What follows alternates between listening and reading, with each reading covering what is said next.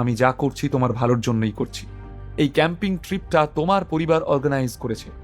ভৌমিক পরিবারের বড় ছেলে তুমি, নীলের সঙ্গে মারপিট করবে? নিজের পরিবারের যে সবার সামনে অসম্মান হচ্ছে সেটা তুমি দেখতে পাচ্ছ না? অবন্তিকা খুবই বিরক্ত হলো। যদিও অবন্তিকার মনে মনে নীলের সঙ্গে পাহাড়ের উপরে যাওয়ার ইচ্ছা ছিল, কিন্তু সে কোনো রকমে নিজের এই ইচ্ছাটাকে দমন করলো।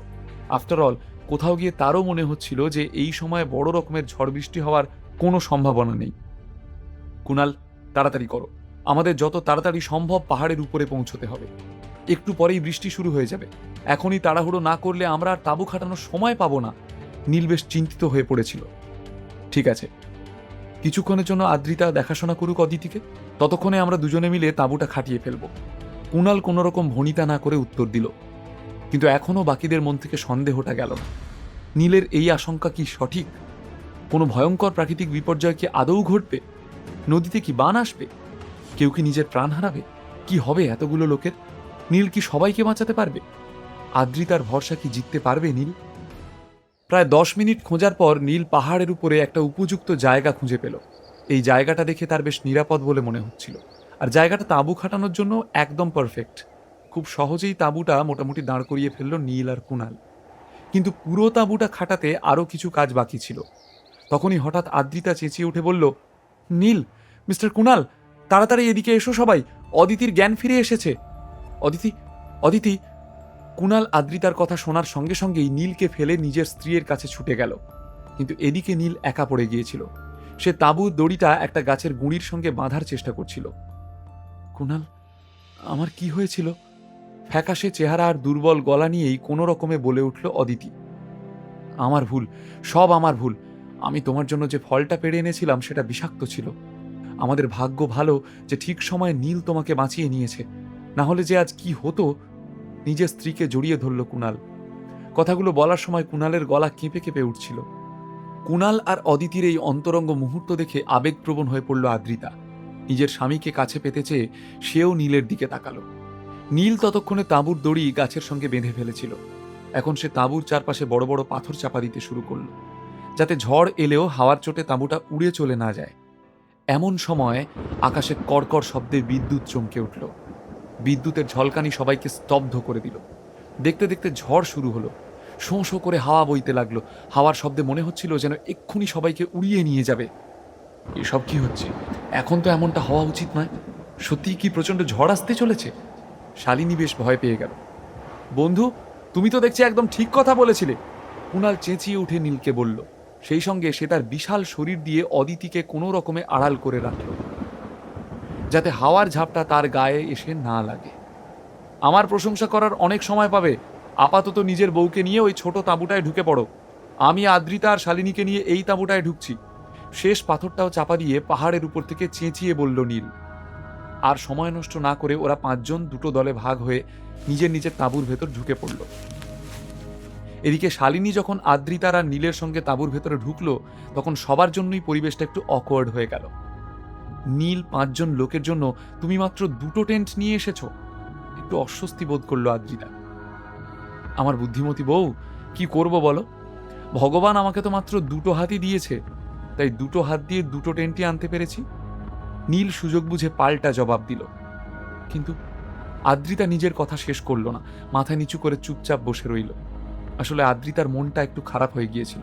এখন শালিনীও তাদের সঙ্গে এই একই তাঁবুতে রয়েছে, তাই ইচ্ছা থাকলেও এই বৃষ্টি ভেজা মরশুমে নীল তার সঙ্গে কোনো খুনসুটি করতে পারবে না।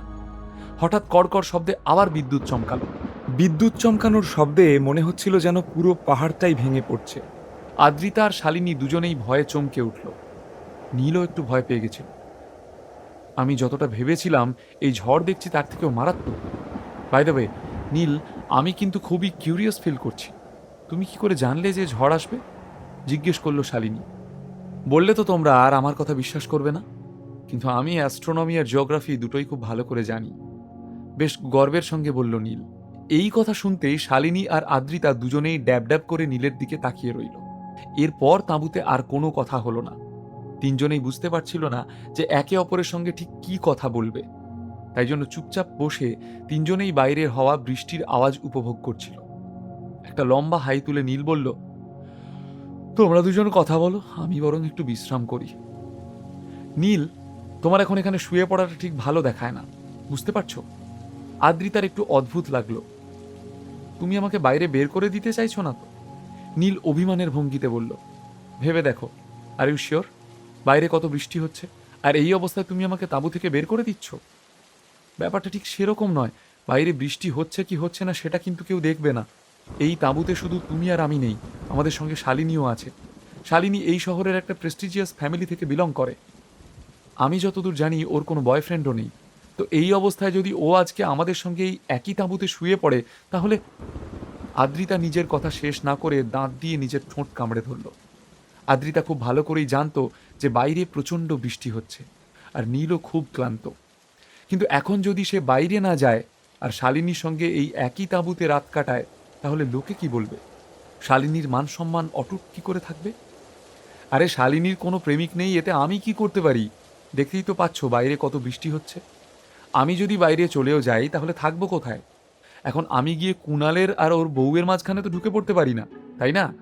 আর এখানে তুমিও তো আছো, লোকে কেন কিছু খারাপ ভাববে? নীল খানিক বিরক্ত হলো। নীল বুঝেই উঠতে পারছিল না যে আদ্রিতা কি ভাবছে, আর এদিকে আদ্রিতাও বুঝে উঠতে পারছিল না যে এরকম অদ্ভুত পরিস্থিতিতে তার কি করা উচিত। কিন্তু নিজের বরের সঙ্গে থাকা সত্ত্বেও আদ্রিতা নীলকে ছেড়ে শালিনীর উপরে এত মনোযোগ দিচ্ছিল কেন?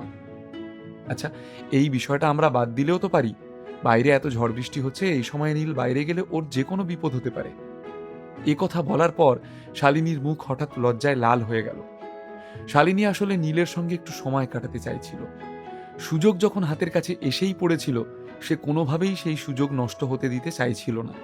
তাই ও যে কোনো প্রকারে আদ্রিতার মনের সমস্ত ভাবনা দূর করার চেষ্টা করছিল। দেখেছো আদ্রিতা, শালিনী কতটা সেন্সিবল? বেশ খুশি হয়ে বলল নীল। নীলের মুখ থেকে শালিনীর বিষয়ে এই প্রশংসা শুনে আদ্রিতা একবার নীলের দিকে তাকালো। সে মুখে কিছু বলল না, কিন্তু মনে মনে তার খুবই অস্বস্তি হচ্ছিল। এরপর তারা একে অপরের সঙ্গে আর কোনো কথা বলল না।